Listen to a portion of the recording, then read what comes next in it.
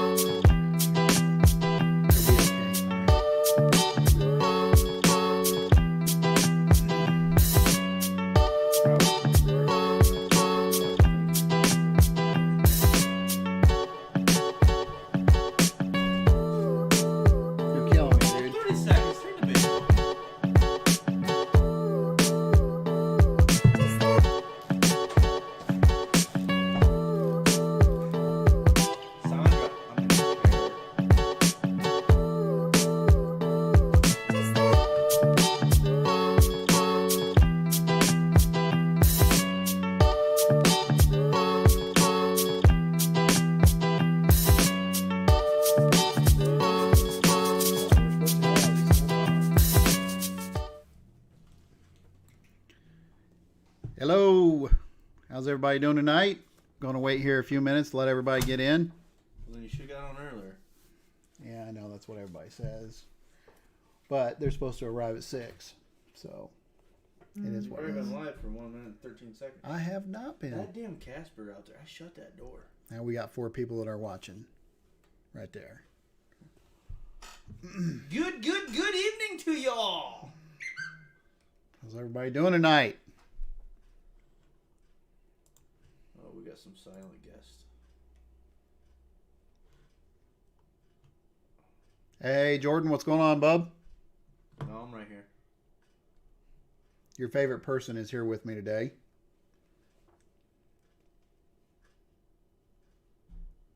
Oh, man, that sucks, Casey.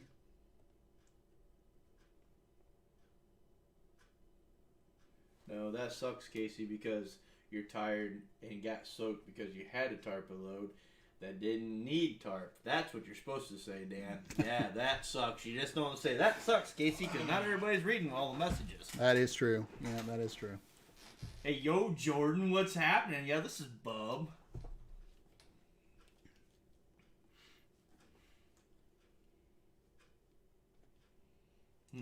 Long day, Jordan says. Ready for a long weekend? You better bring some good smack home for food. I'm hungry. Are you going to make it through the office here, Jordan?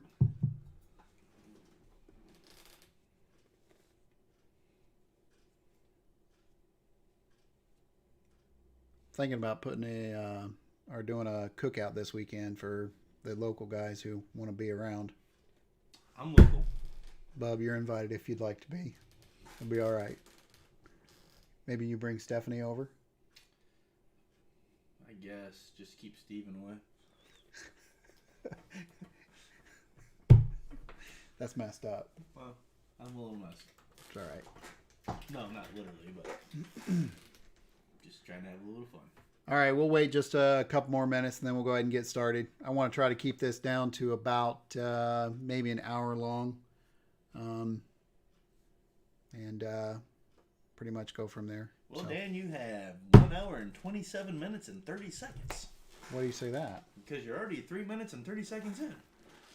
Got to wait for people to get in. They got to get parked. Some people don't have time yet, and is what it is. Come on, control your mouse and scroll up. We're missing some stuff down Oh, there. my George goodness. Bruce is talking. Gracious. Oh, you're going to be here till Tuesday. You're going to go vote? You guys got it. If you got... Vote here. Yeah, he does. He's changed his license. He's got to have an address here. Yeah.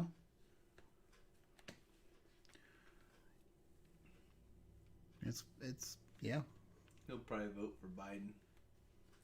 We're not going to get into any politics. I know, but We are going to advocate. You need to go out and vote. Go vote. Make sure you do it. put in Bub the Stud Scalucci. No. Cannot get political. That wasn't being political.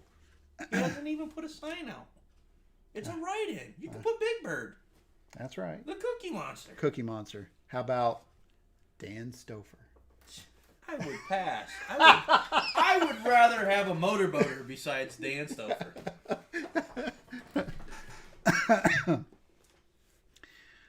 All right, so let's go ahead and get this thing underway. I already lost a viewer. Yeah. We're Jordan. We're not getting political here. Well, we're gonna. That's something. My bad. Let's we move on. We don't get political. We're not. We can't do it right now. That's that could be bad. It could be good, but it could also be bad. So Well, you know what? T's not even on here, and neither's Dawn. they'll. Yeah. They're supposed to be on. They'll be on here in a bit. They're late. They are late. Mm-hmm. They are That's late. not true for this time of the month either. Do I need to put a little mute button on you? No. Click, click. No, Jordan, we're not going to be political. We will boot you. No political, man. No political. Can't do it. All right. So tonight's subject we're going to be talking about is our opinions about what makes a trucking company why would you want to work for a particular trucking outfit? We see all kinds of things all over the place, and for us, we think that a lot of people need to know what makes a good company to work for. Of course, it's my opinion. It doesn't necessarily mean it's God. And I'm always open for suggestions too. So, Yes, we need more suggestions so we don't have to listen to the boring English teacher talk. yeah, everybody tells me I'm a boring English teacher. Sorry, it is what it is. Not very spry, not very eventful. You gotta be like spur of the moment. Yeah, I can't be. Can't do that. No, that's Never been able to do between that. you and me. Yeah. So, all right. So, one of the biggest things that I think that one of the main principles that I think any company, no matter what that you work with, whether it's big, small, just getting established, it's been around for a while, you have to have some sort of a family atmosphere. This day and age, What was that? in this day of There age, you go. you can't do anything off of a handshake anymore. No, 6 feet, man. You got to be 6 feet apart. But I grew up. When I grew up, you could literally tell somebody that you're going to do something. You didn't have to have a contract. You didn't have to have anything that was literally put down on paper. It was a good idea to put it down on paper, but you could actually believe every word that come out of a man's mouth. And anymore, you just can't do that. But that still doesn't mean that you cannot have a family atmosphere to go along with everything. And, people have a different opinion of what is considered a family atmosphere. You got to realize that a lot of you guys are going to have children. You're going to have wives. You're going to have some significant other that what? Some of you guys are going to, you're going to have a significant other that's going to be very important to you, and you're going to be important to them. My principle on it is you treat them like you want to be treated, period. So you're right, Casey. For the most part, a large company isn't going to know you by name. And they do look at you as a number. And we try to avoid that as much as possible. We're not perfect, though. And I don't think any company out there is. But Well, Casey's right, because what he said was a large company won't know who you are. correct. They'll ask you for your truck number and probably forget about you afterward. That's exactly what Casey said. That's exactly right. A lot of companies, you have a truck number, you call in with that truck number, you are dispatched with that truck number, you are referred to by that truck number, and you are literally paid by that truck number. So, in some cases, my opinion of it is every single person from the office personnel down to your dispatchers, and in some cases, even some of your customers that you work with, they need to know who you are. They need to know your name. Like a lot of our customers that we work with, they know. Like if I sit there and I'll say, Jordan's coming in to get loaded, or Casey's coming in to get loaded, or Steven is coming in to get loaded, they know exactly who my guys are, and they know everything about them. Well, I wouldn't say everything about them, but they know a lot about them. They know how they're going to operate their unit. They know everything, what's going on. It's very helpful to make that a reality for every single driver. It also opens up a bunch of lines of communication that you would not otherwise have, which is phenomenal. For example, I always ask my guys, how's everything looking out there? Is there something that our customers are wanting to request, or they have a suggestion on something that maybe we can even improve on, or something to that, to that level. We try to bring our customers in, we try to offer them, every now and then we'll offer them come and join us on a cookout, you know, for me myself, even with the drivers, we offer them to come into the house. You know, we have cookouts pretty regularly. We try to, and we try to invite our guys, and we try to get to know our drivers, their families, their kids, and everything about them, because this, you know, I feel is it's incredibly important. It's something that we have to do as a company to make everything work. Now, you may have some additional suggestions on what you would consider a family atmosphere, but those are kind of my basic principles, and I think that's whatever. Do you agree? I mean, do you think that's pretty good? Well, I think so. I mean, I'm not really in the business with you yet. We're still working on some details on that, but my question too is Casey here is talking about, you know, a large company, just a truck number. And Casey, how long have you been with the company so far? I have no idea, but Dan can answer that right now. How many years has that been?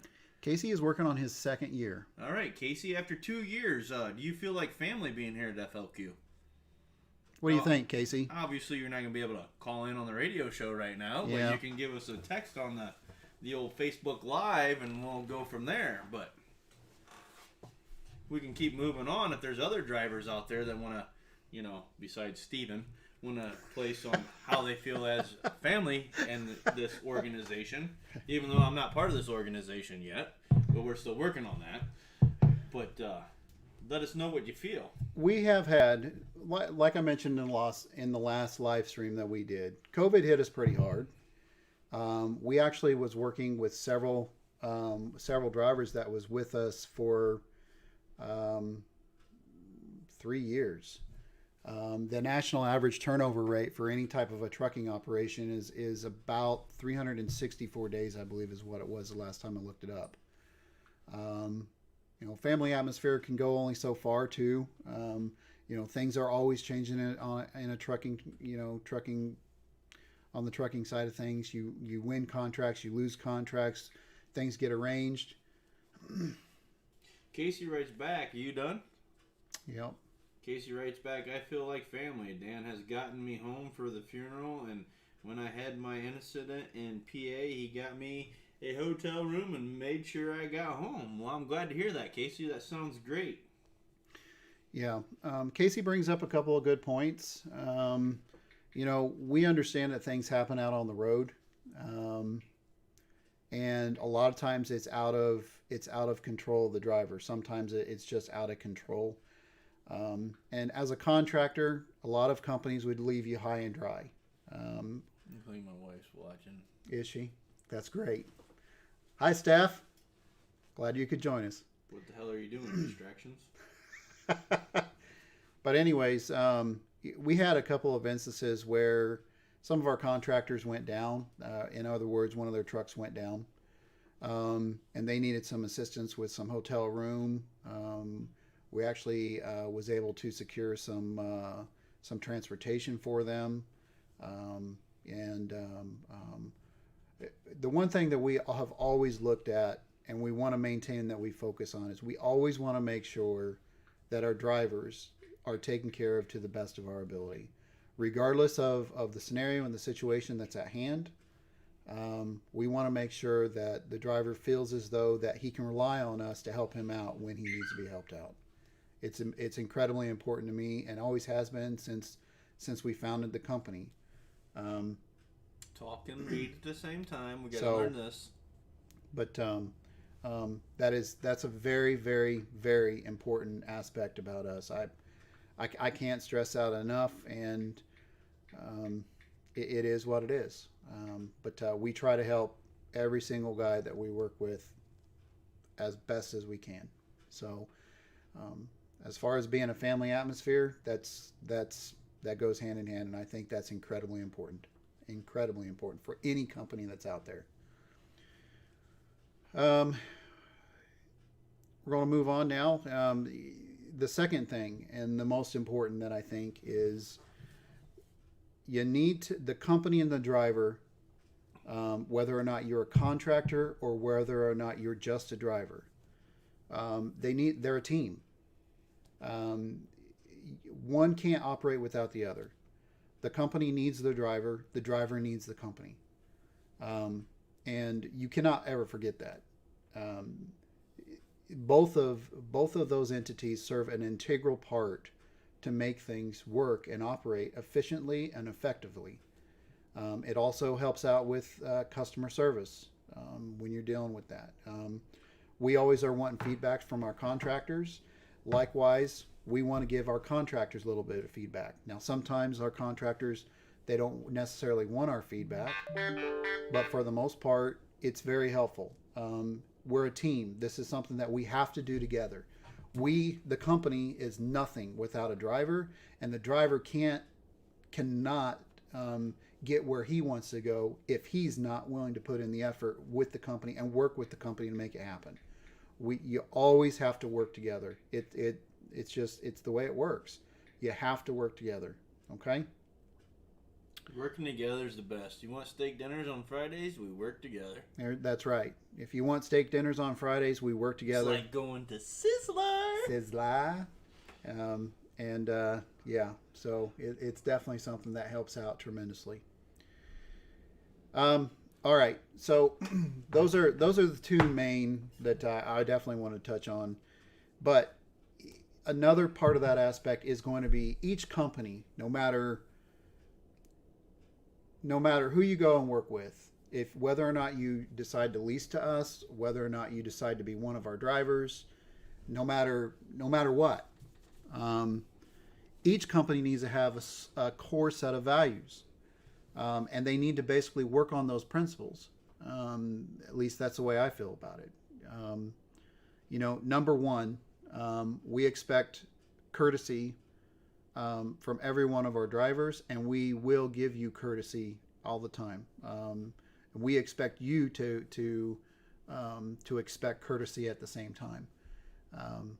There is no subject. There's no reason why you should be yelling at one another over a phone. It's not constructive. It doesn't help the situation at all. And you got to be courteous with one another. Now, that's not to say for our contractors that, you can't deny something. Look, you as a contractor have every right that you want when you're running with any loads that we've got. You should have the right, period, to refuse any load if you feel as though it's unsafe or it's something that's just not the way it was mentioned or something. I mean, you as a contractor have that right.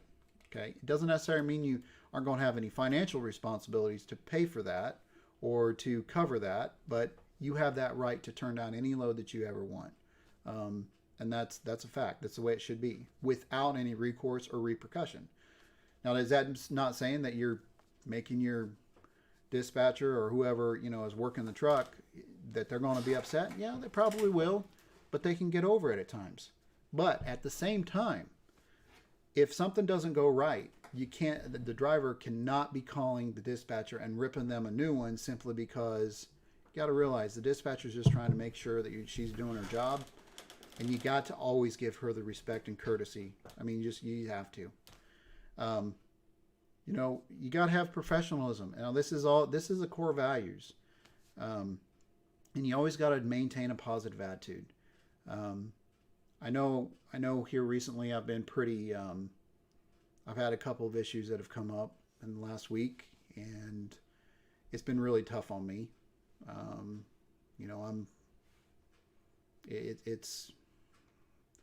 It's been rough.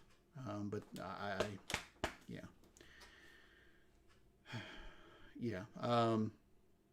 and I'm getting through it. But we're going to move on from that one. Sorry, I can't elaborate on that too much. It don't work.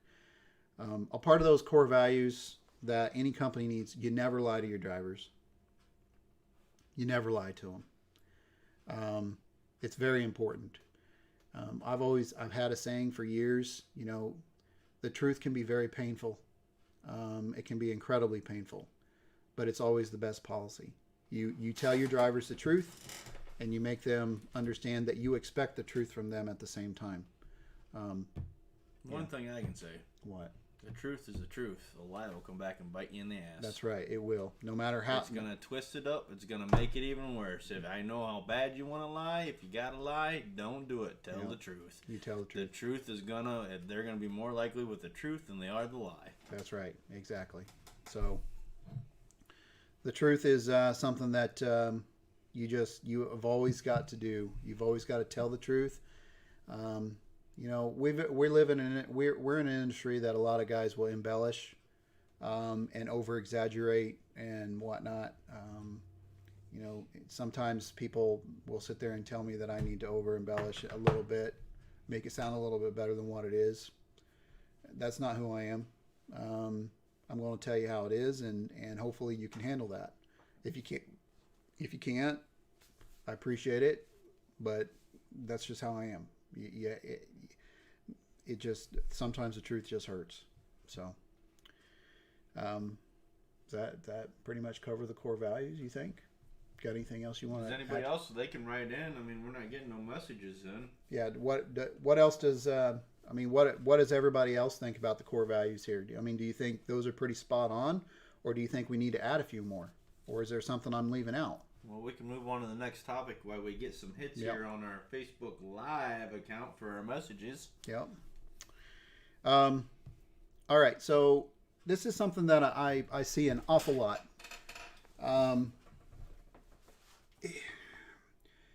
Any quality company, no matter what is going on, is going to have a policy and a procedure for everything that goes on with that company. Okay, as far as, you know, how you handle an accident, or how the driver pay is structured out, you know, as far as pay terms and how a certain scenario or situation is working. Every company should have some sort of a written policy. They should have a written safety policy that keeps the driver safe.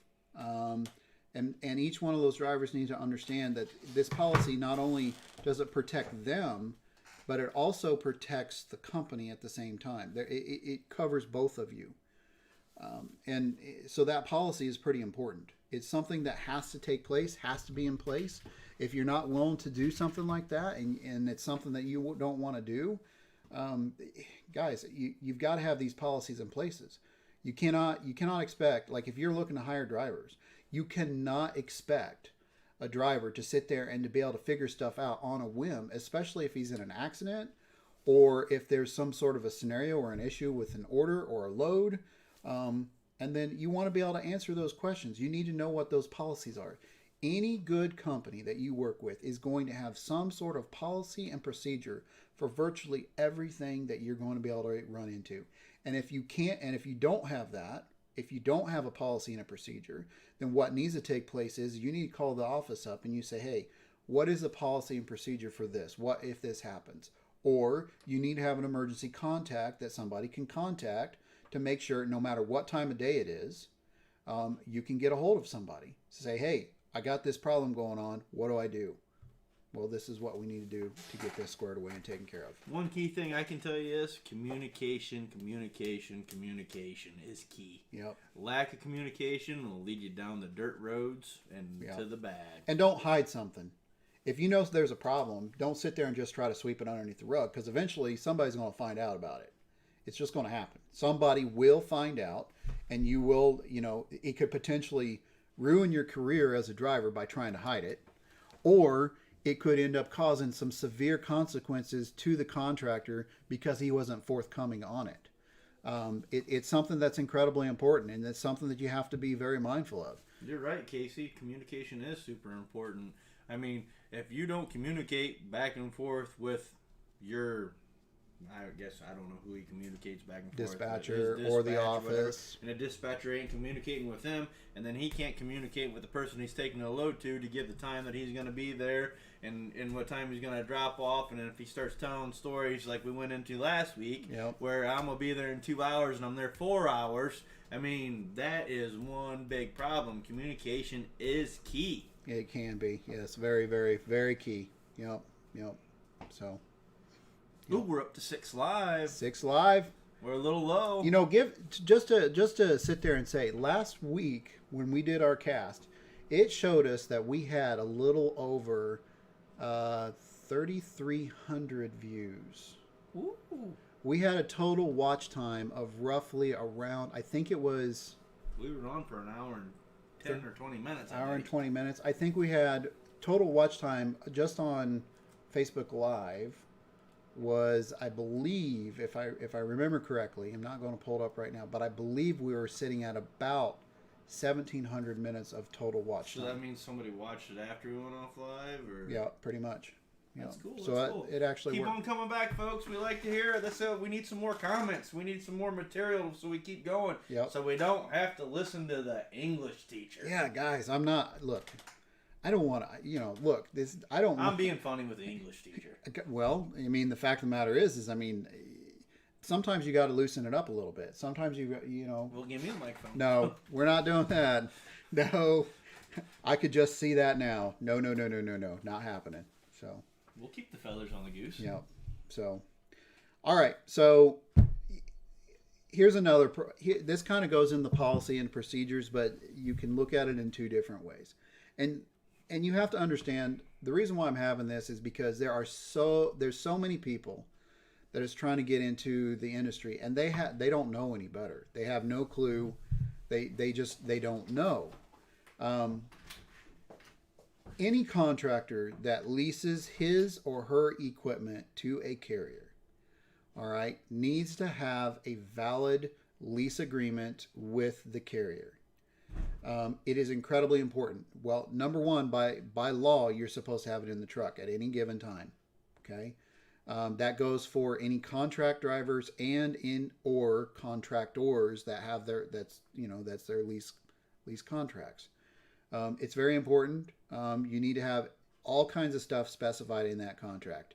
I will not show you one of ours, but just keep in mind that every driver that comes into our facility and our company, they sign a contract, and it specifically states driver wage, pay, when they're getting paid, what they're liable for, what they are not liable for, what's going to be included with their lease contract, what's going to be, what's expected if you, as far as fuel funding, if it needed, apportion plates, if that's what your cup of tea is, and so on and so forth. It is a contract that literally is in there to protect not only you as a driver, but it also protects the company or vice versa. That's the whole point of that contract. You need to make sure that you have a contract, period. No exceptions. If you're working with somebody who does not have a contract that specifically states what the company or the carrier is going to provide to the lease contractor or what he's going to be able to provide for the driver, you should run away from him. Period. That makes a company, it gives something to stand on. It's gonna put something. It's gonna be something solid that they can actually refer to. That's going to be able to protect them in the end. So, very important. All right. So, one of the other things that I think that needs to be fully addressed is any company that you're working with, no matter what. Okay. You need to be able to have and offer a scenario and a situation that offers growth and opportunities for each and every one of his employees or the company's employees or the contractors or whatever you want to call them. Okay. Look, not everybody wants to do this forever. You're in transportation. It can be rough at times. It can be phenomenal at others. It basically goes in waves for the most part. Man, I'm telling you, this October weather is just getting so chilly. You need to have any good company, and if you're looking for growth, any good company is going to offer something for a driver to get out from behind the wheel of the truck. That's not to say that he has to, but you need to have opportunities to grow, to better yourself, to get something, to do something different. You know, to give a couple examples, each and every one of our driver can get out of a truck and actually go into recruitment, or they can get into, which a lot of people kind of have mixed feelings about, go into brokerage. With our company, you have options to be able to do to become a fleet owner, which basically means that you can own 4 or 5 trucks. You can just make sure that those trucks are being repaired and maintained, and you collect revenue off of what your drivers do. What if somebody wants to be the shop foreman? The shop foreman, that is also options and opportunities. You have it, but you should be able to figure out a way to grow with the company. You should never be locked into one standard position. You should have that option, especially as a contractor, to be able to have an option to where you can get out from behind the wheel of a truck. Not everybody wants to. You're over here. You're on this side. Well, flip me. I don't know what to do. Okay. There you go. Sorry about that, folks. Dan's not running the controllers very well right tonight. If we were on an airplane, we'd probably be down. But you know, the thing is drivers don't want to be drivers forever. They want to have an option to get out from behind that, because I mean, you know, when somebody's doing it for 15 years or 20 years, they want to be able to go and do something else with their lives instead of driving a truck forever. Now, that's not to say that you may enjoy driving a truck forever. That's not what I'm saying.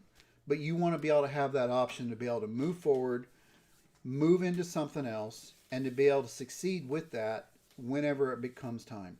Okay? You got to have some sort of a growth opportunity. And there's multiple ways of growth opportunity, and it's our responsibility as the carrier or as the owner of the company to be able to work with whoever it is, the contractor or, you know, the driver or whatnot, to be able to make some of those a reality. Now, of course, there's going to be limits upon what you can actually do. But the truth is, you've got to be able to have a company to work with, to be able to put you into a different position that will give you that opportunity to be able to do that. And that is incredibly important. Now, there are a boatload of carriers that are out there that will never, and I repeat, never give a driver an opportunity to do something other than drive a truck. And that's a sad situation because, quite frankly, in some cases, drivers know what to do better than the people that are in the office. The only reason why that the office people think they know what they're doing all the time is simply because they've been told they know what they're doing. Doesn't necessarily mean they know what they're doing. It just they think they know what they're doing. Drivers, on the other hand, have real world working knowledge of what's going on out there.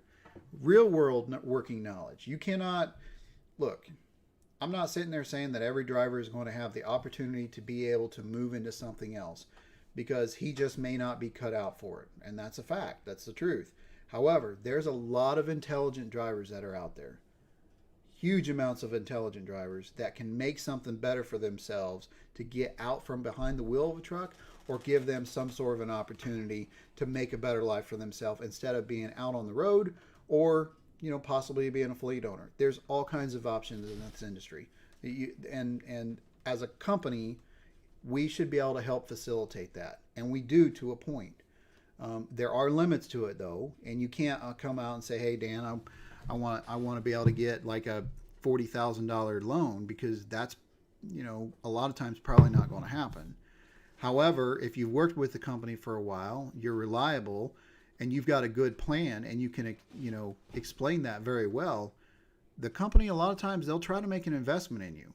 And if you're willing to do that, now, granted, you're going to have to take some risk, but at the same time, if you're willing to make that investment, the company should be willing to a point. All right, so that's kind of important. Well, Dan, we got one coming in from one of my favorite people of all time, Sandra.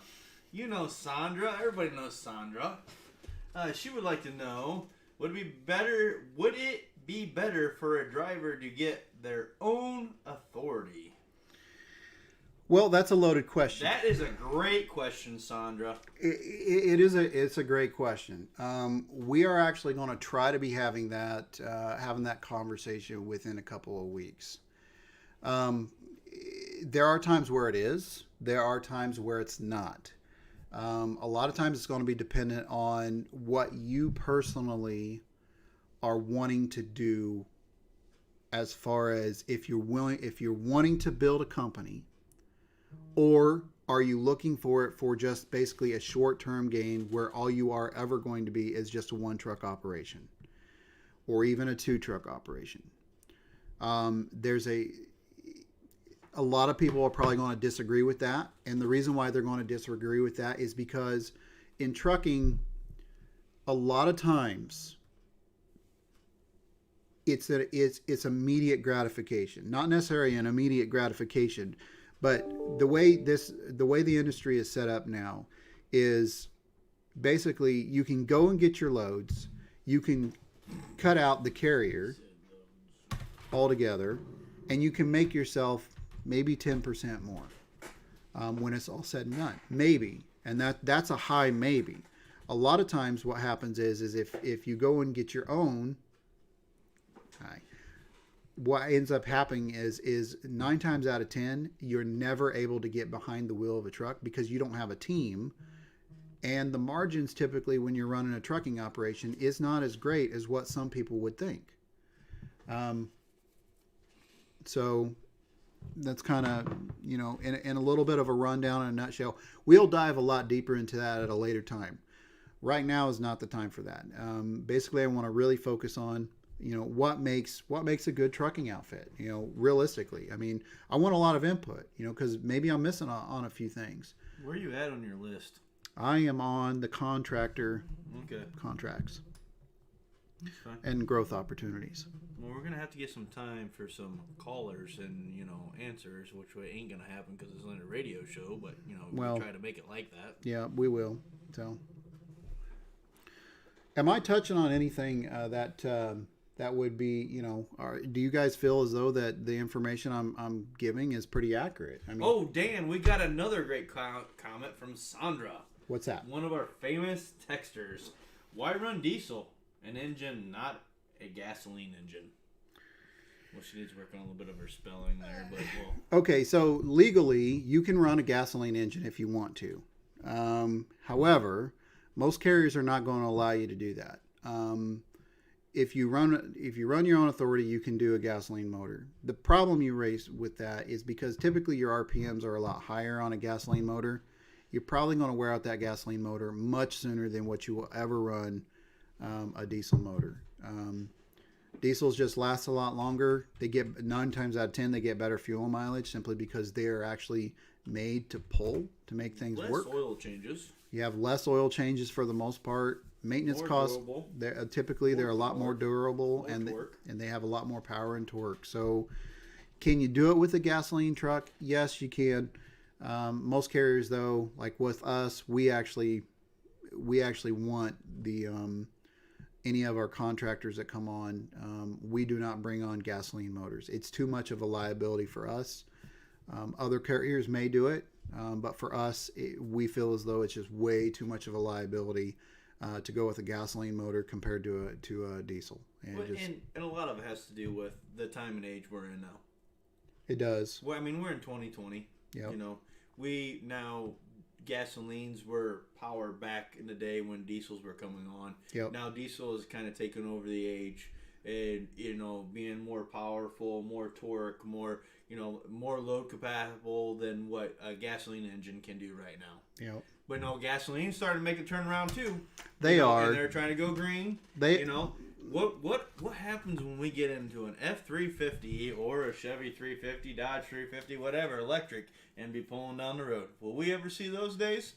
I think we're pretty far away from that. Although the semis, that's probably 3-4. I mean, they're already doing it in some places right now for like short hauls.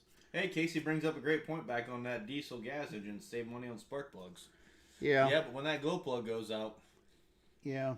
or that high-low oil sensor, Yeah. The thing is just most diesels are a lot more. They're just hands down. They're just more durable. Now, that's not to say you don't have problems with some of the diesels because you do.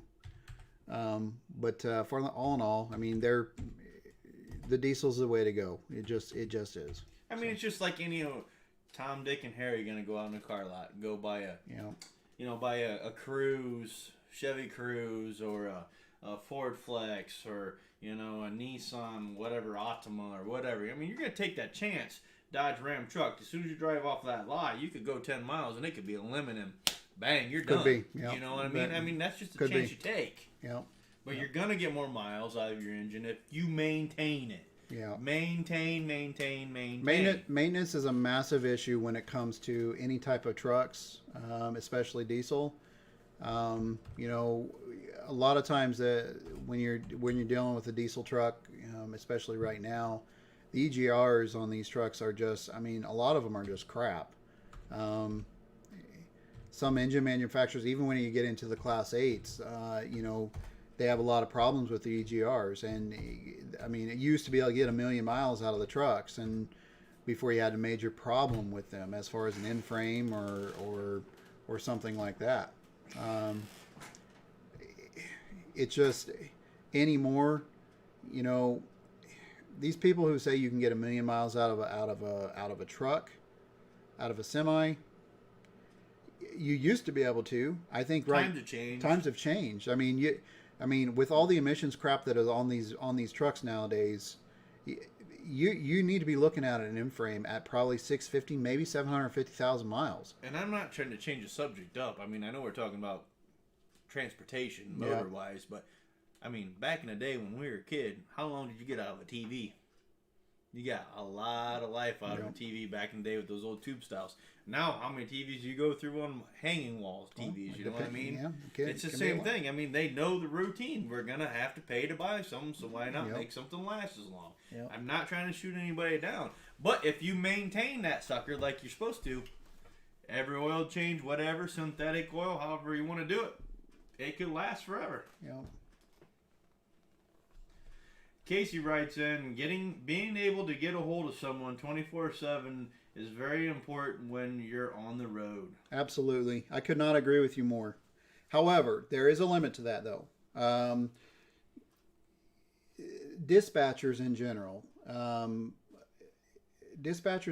they need time off. Now, if it's an emergency situation, I don't take this the wrong way. I want you to make sure to get a hold of your account reps or your dispatchers in any event that takes place, okay? However, if it's an emergency situation and it's something that cannot wait until morning, each and every single driver has my personal cell phone, and I answer that cell phone religiously. I know one driver calls it religiously. Religiously. I mean, and that is something that you need to have every single time you work with somebody. And if somebody sits there and gets upset with you for calling at 10 o'clock at night, unfortunately, that's part of the gig. You better be prepared to handle that, because if your drivers are calling you at 10 o'clock at night, well, number one, hopefully they're calling you for something important. And number two, it's not something that you're literally just chit-chatting all over just wanting to chit-chat. Have I had somebody call me at 2 o'clock in the morning before and tell me something trivial? Answer to that would be yes. But is it... Dan, I think I've called you at late hours in the morning and asked you stupid questions. You irritate me a lot when you do that. I'm just saying. It is what it is. But anyways, yeah, I mean, you should be able to get a hold of somebody no matter what. We have a policy in place where typically the ladies in the office that are actually working with the trucks, typically they're available for a phone call if you're running into an emergency up till about 8 p.m. at night. That's Eastern time. My personal line is open 24 hours a day, 7 days a week, 365. I've answered questions on Christmas. I've taken questions, or I've had to deal with issues on Thanksgiving Day. It's part of it. However, there are times where the ladies need to have their time off. They work hard for the guys, and they're under a lot of stress, not only from us here in the main office, but at the same time, they're trying to make sure that they meet every expectation that the driver puts in their lap. So they deserve to have a little bit of time off. So if we get into a situation, where you can't get a hold of the dispatcher for any reason, or it's after hours or whatnot, call my personal cell line. I'm not going to put it here, of course. There's a reason why, obvious reasons. But each and every one of the drivers, they know our personal line and can call it at any time that they have some sort of an issue. For the most part, though, we keep it to a fair minimum. And the reason why is because a lot of the times we explain to the drivers before they even have an issue of a policy or the procedure that has to take place. And that's the reason why I mentioned earlier, one of the biggest things and main things that a company has got to have, no matter what, has got to be a policy and a procedure, and the drivers know what that is. It's just important. So, but yeah. Anything else that I could talk about here, guys? Am I hitting on everything? I mean, Jordan, what do you think? Casey, what do you think? Curtis, are you in here? Am I not seeing you? Well, I posted out there for Jordan to comment on something, and I haven't heard nothing from. Steven? Jeff, are you in here? Thank God we ain't heard nothing from Steven. But what was the other one? No, the one was commenting last week. What was the comment last week? Well, the guy with the picture of the white truck. That would have been Curtis. Curtis, yes, Curtis. I hadn't seen him on there at all tonight. I don't know if he's watching it or if I think he's here. Ooh, maybe they're doing what I'm thinking. Driving and making money. Yeah, they should be driving, but hopefully they're not watching while they're driving. That's not good. So, I don't want them doing that. So. All right, guys. Well, it's, what? We've done 45 minutes so far. We got 13 minutes left, I think. My math could be wrong. Sandra asked. Oh, my favorite person, Sandra. Sandra! Well, to be very frank, that's something we're going to try to get into a lot of discussion later. Ford is the best, Casey says. As of right now, Ford is probably the best one to work with at the moment. A lot of the guys know that I used to be a diehard Dodge fan. I love the Cummins motor. I mean, it's just phenomenal. But Ford has come a long ways, let me tell you. Ford has come a long, long ways. Well, number one, first and foremost, Sandra says, why Ford, son? Yeah. So one of the reasons why we like the Ford better than we do the Dodge or the Chevrolet. Now, okay, so, all right, so it depends on what you like. Do you like comfort or do you like the way it looks a lot more?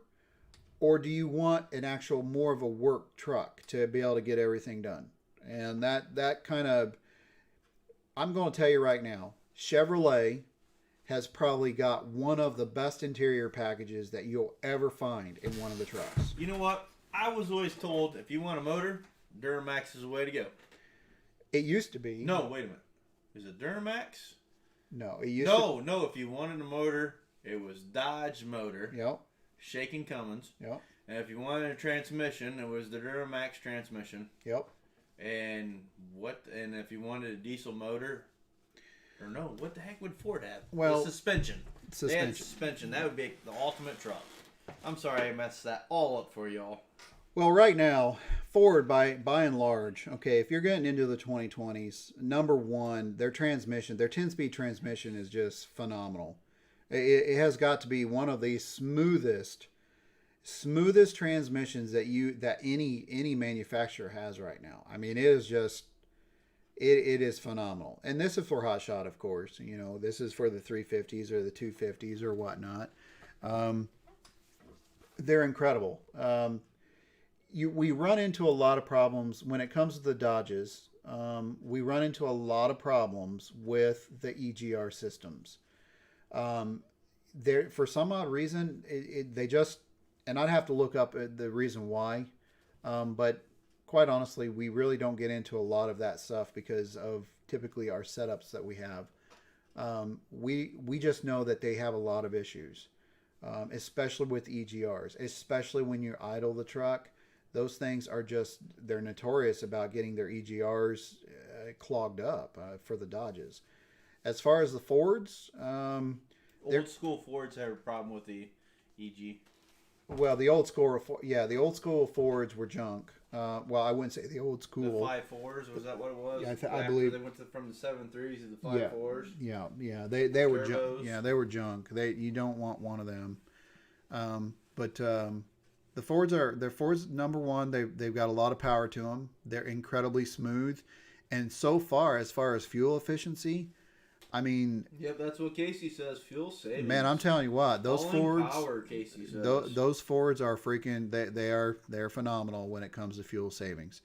They really honestly are. They in the years that I've done this, and this would probably be, I think we're at 19 years now, I think is where we're at. My wife would have to check me out on that. No, we're in 2 weeks on this. No, This is our second week. I know this is our second podcast, or second live stream. Casey wants to know, he writes in, is there a certain freight that you won't touch and why? Oh man, Pallets. pallets suck.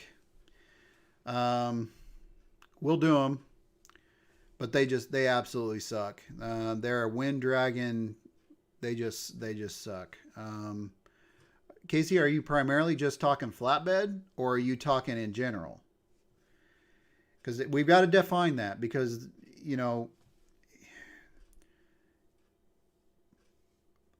nobody likes the tarp, but it's part of a flatbed. I mean, you gotta figure it, unless you run a Conestoga.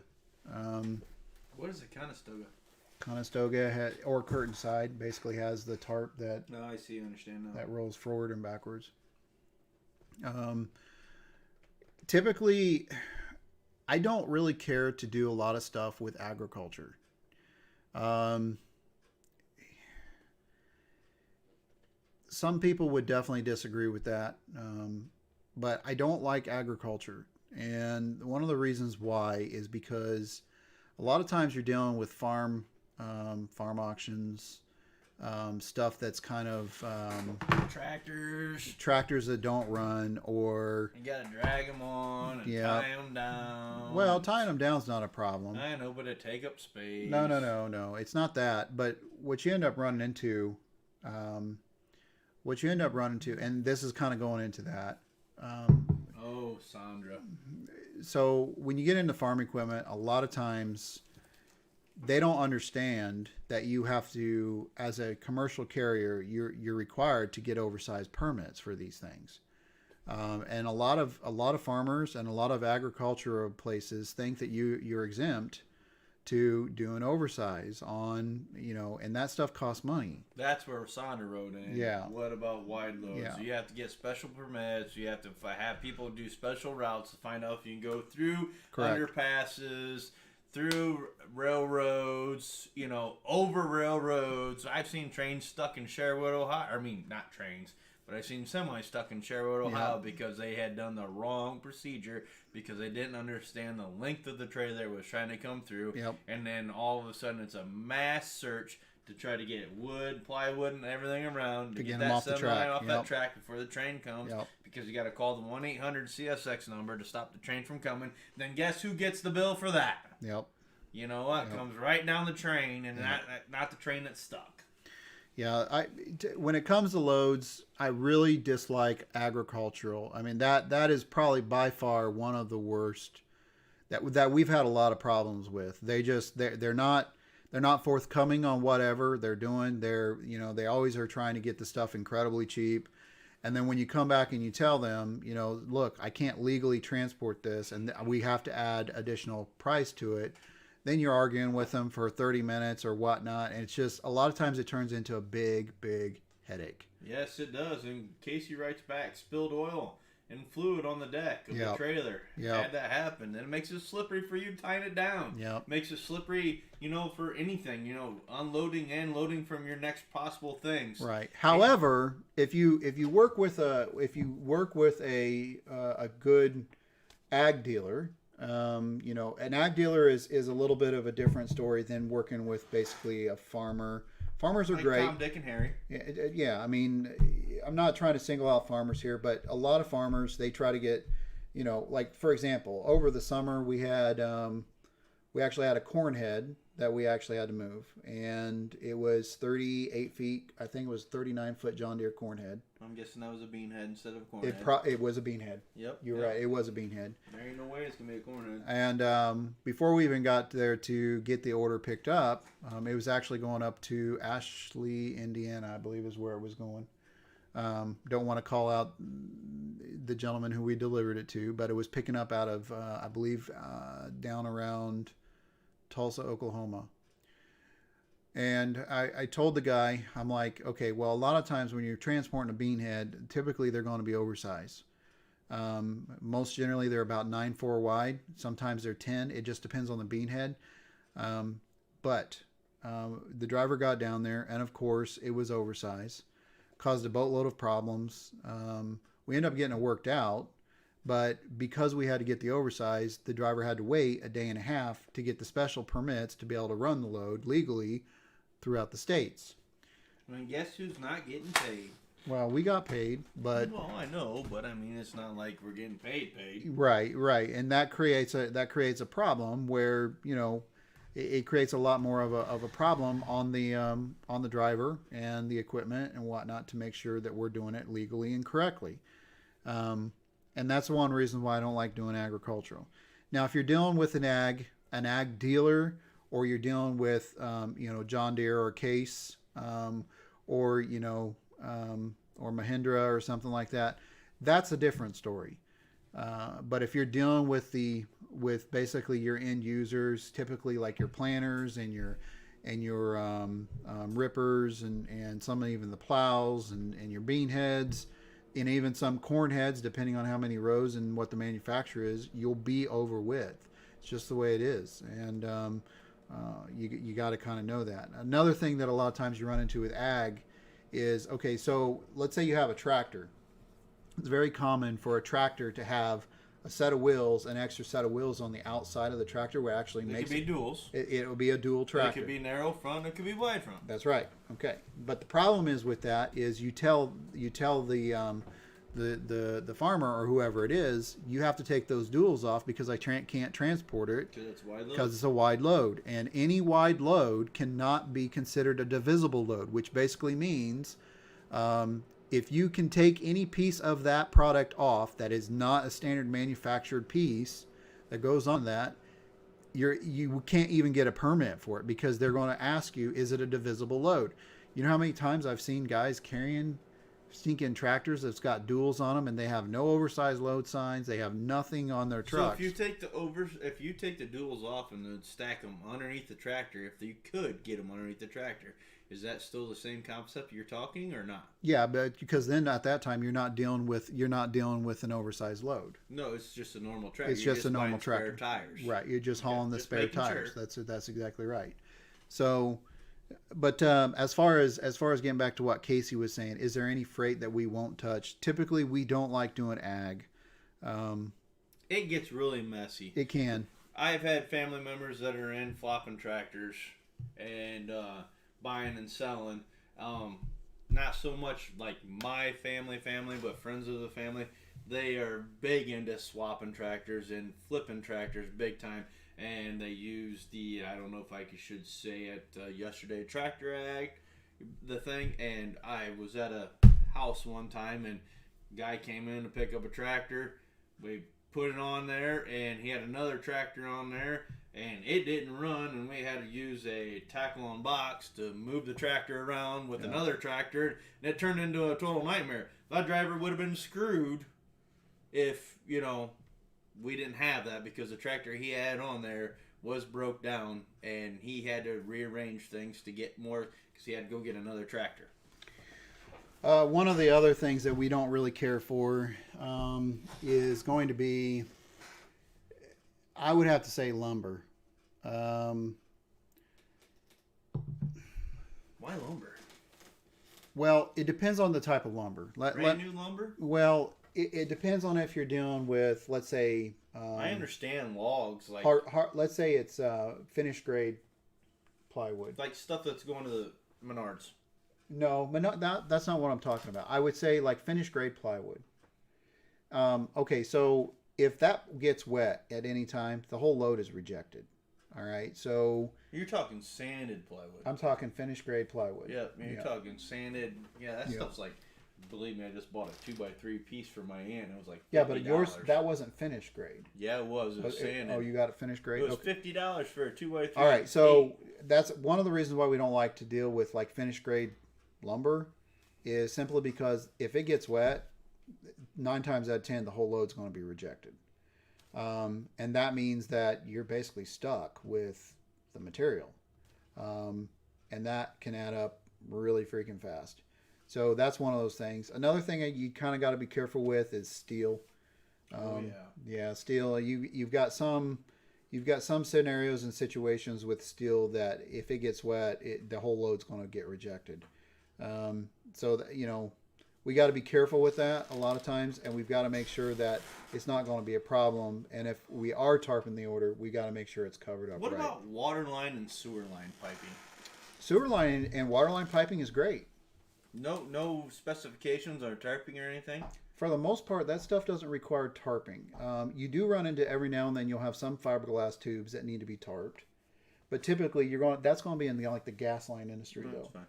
I mean, I realize if the sewer piping and the water piping, if it sets in the sun too long, it's sun faded and it can be brittle. But I didn't know if Yep. transferring from hot to cold to warm, No. temperatures. In would fact, affect we deal with a lot of there's a company we deal with quite often out of it. They work with ADS, Advanced Drainage Systems, and we do a lot of sewage pipe, a lot of drainage pipe.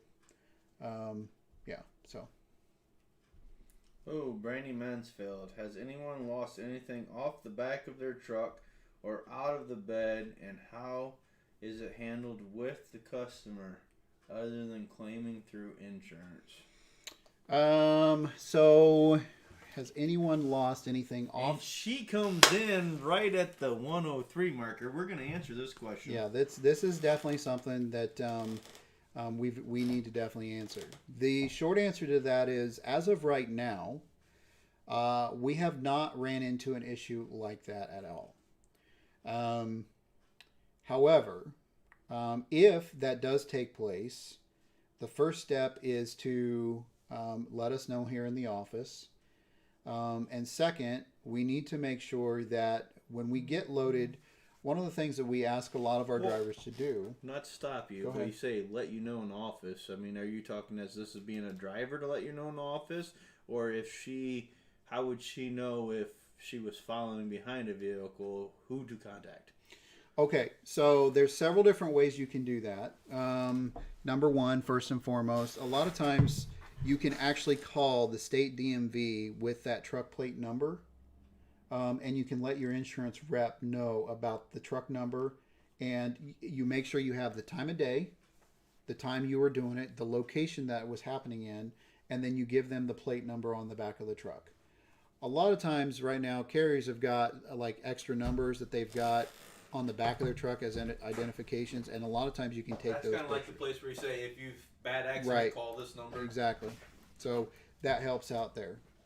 Am I answering, Brandy? Am I answering that like you'd like to know?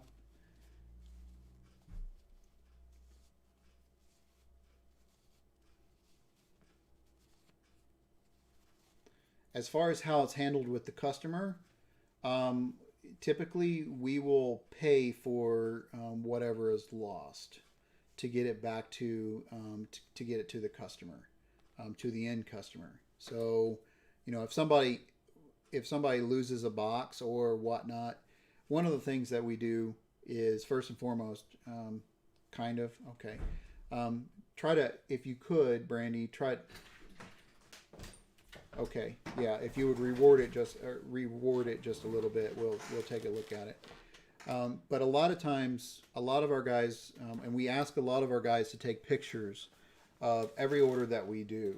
And the reason why we do that is because so that somebody doesn't come back and say, hey, this was supposed to be on there. We want to have a proof that it was actually done. It can protect the company and it can protect you as a driver.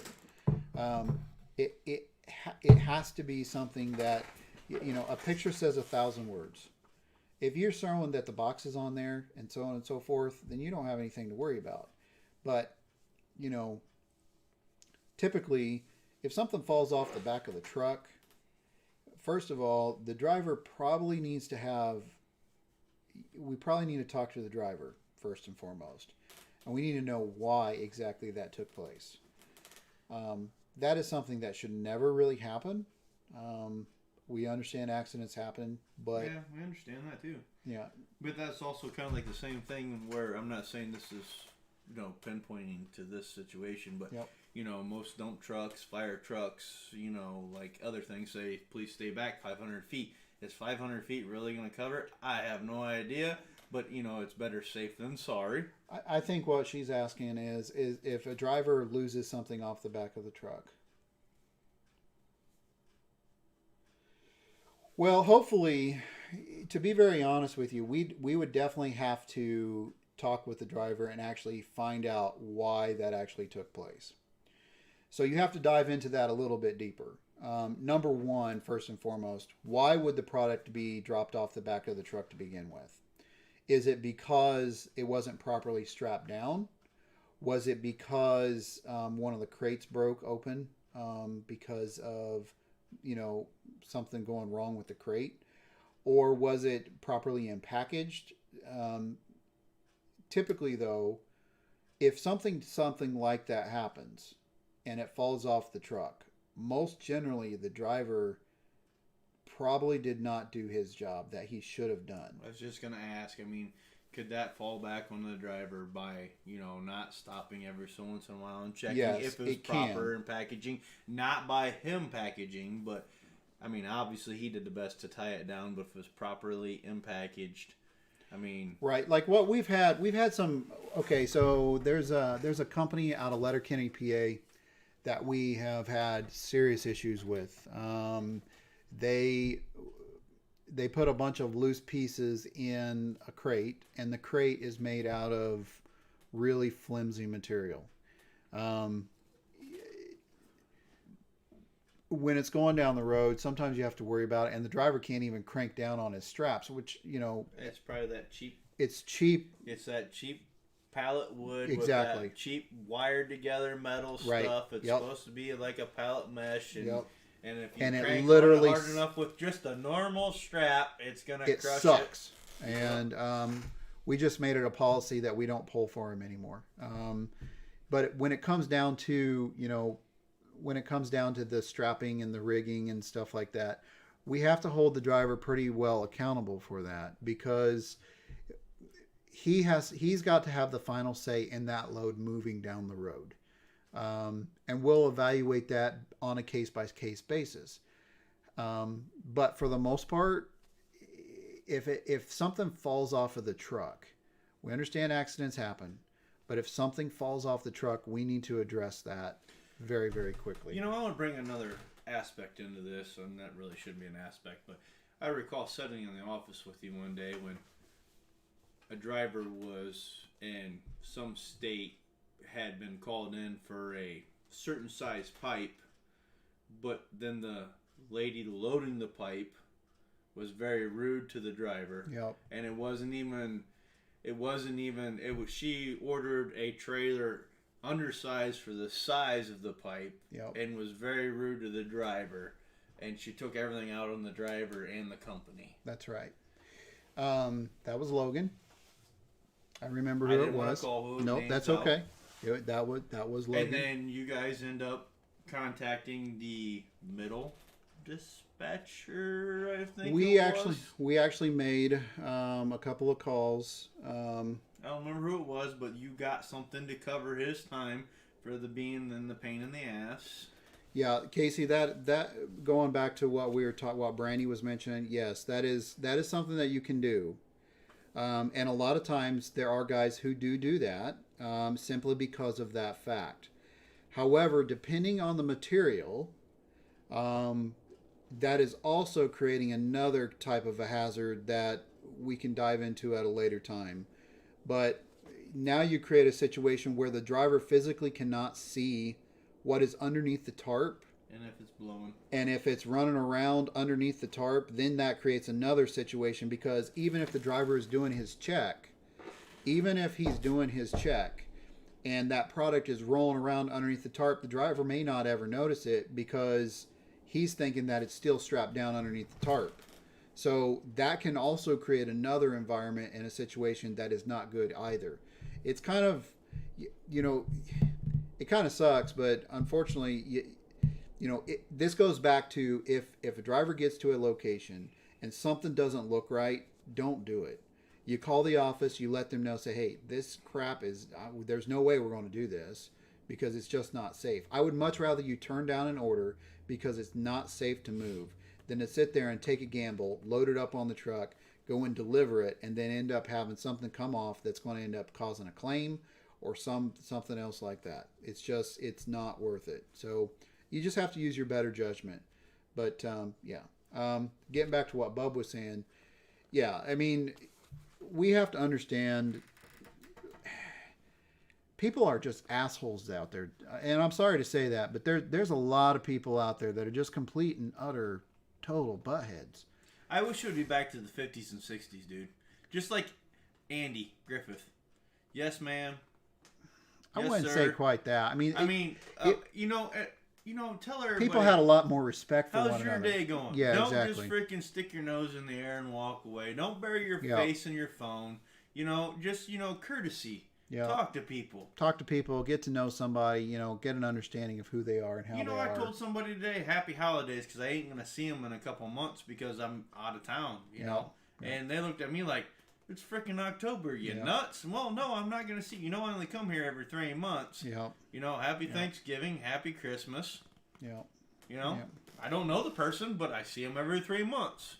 Yeah, this industry, transportation has become, I mean, it really honestly is a dog eat dog, and drivers sometimes are not treated very fairly, and they just are not. Look, I will stand up for you 100% if you get into a situation where the driver gets there, we're told it's supposed to be something, we get there, like what Bub was saying, the driver got there to load a section of pipe. We were told, I believe it was going to be 29 feet long. I think he had a 30-foot trailer. He had a 36-foot trailer. And that was a 40-some foot piece of pipe. And they tried to load him up with a 42-foot piece of pipe, I believe is what it was. Yeah. If he was on here, I don't know if he's listening right now or whatnot, but Logan, I hope everything's going well for you right now. He got to the facility, and the lady that was supposed to be loading him was not very cordial. She was upset because I could hear her on the other side. yeah, of the phone. she was just not very cordial. And Logan contacted me and let me know what was going on, and immediately I got on the phone and tried to make arrangements. And of course, as an owner, you've got to sit there and to try to take both sides. You got to see what's going on, because sometimes drivers over exaggerate and then other times they don't. But you've got to get the full story before you can actually make a decision. And, to be very frank, we tried to be as professional as we possibly could. And we told them basically, look, if you have another order that we can do, we can, but this is what you asked for. And this is what we sent in. And she was quite frank to putting that piece of pipe on the trailer too. Yeah, she was actually trying to throw the piece of pipe on the trailer, even though it was too long. And that's something that we just And don't it wasn't even the right kind of pipe. It was a gas line pipe. Yep. Instead of the piping that you were told you were picking up, correct? Exactly, yep. Oh man, my memory's just so great, Dan. Yep. So, well, we will do everything in our power to stand up for each and every one of our employees and contractors. And we will try to do it to the best of our ability. We have for years, and if something happens, look, guys, don't be afraid to call. We'll get on the phone and we'll try to make things work for you. So, All right, we're going to go 5 more minutes. We're going to take questions for this last 5 minutes. 5 minutes. And we're out after this last 5 minutes, all right, Yep. folks? Yep. So get back with us, holler at us, then we'll answer your questions. Does anybody have any more questions that they would like to, or comments that they'd like to add to the Yeah, to it the don't have to be conversation? questions. Let's do some comments. Yeah, you can have comments. I mean, we can, you don't have to be questions. Maybe we answered them well enough. I don't know. But if there's something we need to address, I try to want to stay on topic though.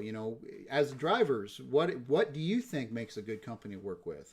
We're talking about the English teacher topics. Yeah, it can be. Yeah, it can be the English teacher topics, You know I guess. what kind of topics I want to talk about. You need to be quiet. This is a family-oriented. That does not live have stream. anything to do with it. Yeah, well, you got to be kind of careful because you get. Hey, how'd those Eagles do last week? They won. You lie like a rug. They beat the Giants. Did they really? Yeah. Where is that Washington football team? I almost said Redskins team, but Washington football team fan that was on here last week said that they were going to win or they were going to lose. Did they? That kid, that Jones kid for the Giants, he ran 80-some yards and just tripped Really? over that fly off of Pence's head. Can you believe that? Just out of the blue. Just tripped over. Just like 80 yards. He could have won a game. No questions or comments. Did we answer everything? Did Just we? give him time, Dan. No, give I him mean- time. Relax. You're pushing the issue. I tried to keep this into an hour-long session, and we're already over. Well, your English teacher spells went over. Sorry, guys. Does everybody like Bub? No. Does everybody like Bub Where's in here? Tina? I know my wife's on there watching somewhere. Think so? Yeah. I know she was on just a minute ago. She was? Yeah, I think. Where'd you see her at? Leanne commented on her. Well, yeah, that was 45 minutes Yeah, ago. it probably was. Yeah. Not a minute ago. Yeah. Oh my God. Yeah. Has anybody watched that new Adam Sandler movie Who cares? on Netflix? No. We're having conversation. We're Adam waiting. Sandler. Adam Sandler movie. I didn't Yeah, realize the he new had. Adam Sandler movie on Netflix. I can't remember what it's called. I don't know. I don't even know what the name of it is. Something about Halloween. Really? I heard a lot of bad comments about it. Has anybody got any comments on that? I think nobody's wants to comment on anything. I guess we're pretty freaking lame. Must be. The only person that comments is Sandra. I thank you, Brandy Mansfield, for commenting. Casey always comments. I don't know what happened to Jordan. He gone. It's all right. He must be retired like Michael Jordan did. Yep. Thank God we didn't get no words from Steven tonight. Because he's always got some great advice. The only thing he's good at Hey, is... he's still a good guy. Let him be. Hey, he can be a good guy. That's all right. Get him out of the quarters. All right, so we're going to go ahead and close this up. We'll be back at it on Thursday You of ain't even next give week. them their 5 minutes yet. Well, nobody's commenting, so So we can just chit-chat. What's wrong with that? do you think that a souped-up S10 could do hot shot? That is Sandra. Wow. No. The short answer to that is no. You sure, Sandra, that came from you or your better half? I think that probably come from the better. I'm thinking that came from the better half, too. I don't think Sandra knows what a souped-up S10 is. She might think that is a V6 with dual exhaust. Yeah.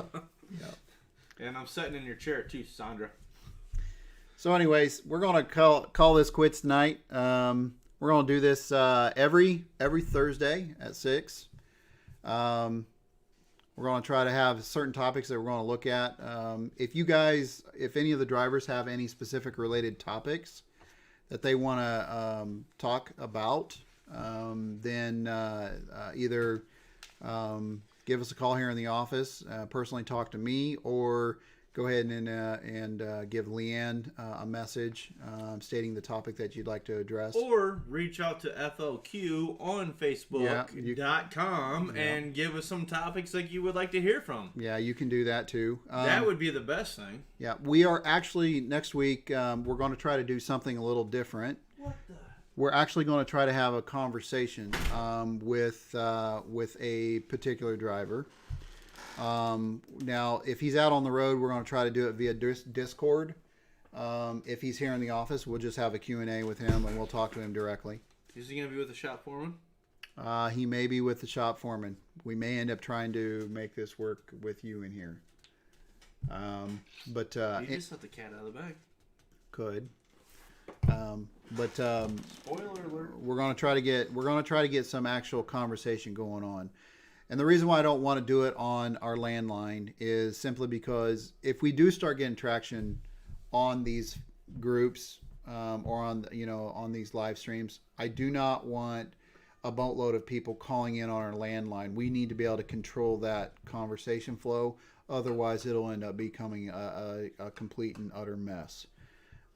So we're going to try to do some things over Discord so that we can mute people and we can openly let the specific parties talk. We've got a couple of really good ideas, especially with some of the drivers that we have. Jordan, if you hear this, I don't know if you're in here or not, but Jordan, we're going to look at possibly doing some sort of a cooking while out on the road. It's going to be kind of interesting. What did we turn into? Betty Crocker all of a sudden? Well, it'll be on a different day. Thursdays are going to be more company specific related stuff. We may end up doing it on Monday, like whatnot. Probably on Monday. When do I get my show? You're not getting a show, bub. We may have a 5-minute money saving tip. Where we may end up doing on possibly Friday afternoon or maybe a Saturday. I'm not here for that one. It's not going to be an open conversation, but we've done this for quite some time, and we understand that when you run a hotshot truck, sometimes it's a little difficult. And there's got to be ways for you to be able to save money while you're out there, and little things actually add up. So we're going to try to end up having some sort of information in regards to that. So anyways, if you have any comments or suggestions, or you just say, Dan, this is not for you, just stop doing it, let me know. I'm perfectly okay with that. I'm going to tell you, well, I really don't care whether you're This is episode 2, so we got some things to work out. There's going to be a lot of things we got to work out. But you can also tell Dan to give Bub his own camera too. Oh my God. No, he was actually going to have his own camera tonight, but I could not get it to work right. So, but honestly, I know I'm not on camera much. Pass it on. Let people know. Let other drivers know. I know it's going on. Like he said, you had I don't know how many views and how many minutes. Pass it on. Tell them. Say, hey, get on here. We'd love to chit chat. We don't want to talk about this boring English teacher shit that we have to talk about on here. We would really love to get on with other drivers. Get your comments come in. Almost like, I know it's not a radio show. It's not a radio show, but it would be great to be able to read on Facebook Live your messages coming in, and we could talk like a radio show, and then we could see how everything in the different parts of the world are run, and the different sides of the stories, and We want to open this up eventually to outside carriers. We want to get their feedback on a lot of things. We want to be able to work with other carriers and other companies that are in the same field that we're in. Semi-truck drivers, hot shot drivers, heavy haul drivers. Even people that tow cars. Cross country. Yeah, well, bring it on. Bring it on. We want to have an open dialogue so that we can, we want to be able to get our name out there, and we also want to be able to open up connections to other places. So.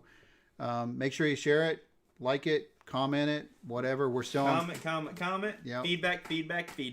Yep. So, anyways, guys, you have a good evening. And one last thing, get your butts out there and get out and vote. It's very important. I think I'm not going to get into all kinds of political stuff, but make your voice heard. Get out and go vote. We'll talk to you guys later. Have a good night. You suck. Where's my supper? We didn't get no comments. We had 4 people. Maybe. How do you know you get more or not? What's 5 up there for? That is other comments. That's 5 additional messages right here that I gotta answer and take. Let's care. read them. Can I be part of it since it was over here? No, these are other private groups that we're in. I thought maybe since I wasn't trying to step on your toes Nope. there, homie. Perfectly What'd I fine. do wrong tonight? No, you got a list of things I can tell by now. No, you didn't have. Oh, we're in most of Northeast Ohio and classified red alert 3s. Oh shit. Yeah, I'm. Well, let me see what kind of metrics we got on this one here. Let me see what kind of metrics we got on this one.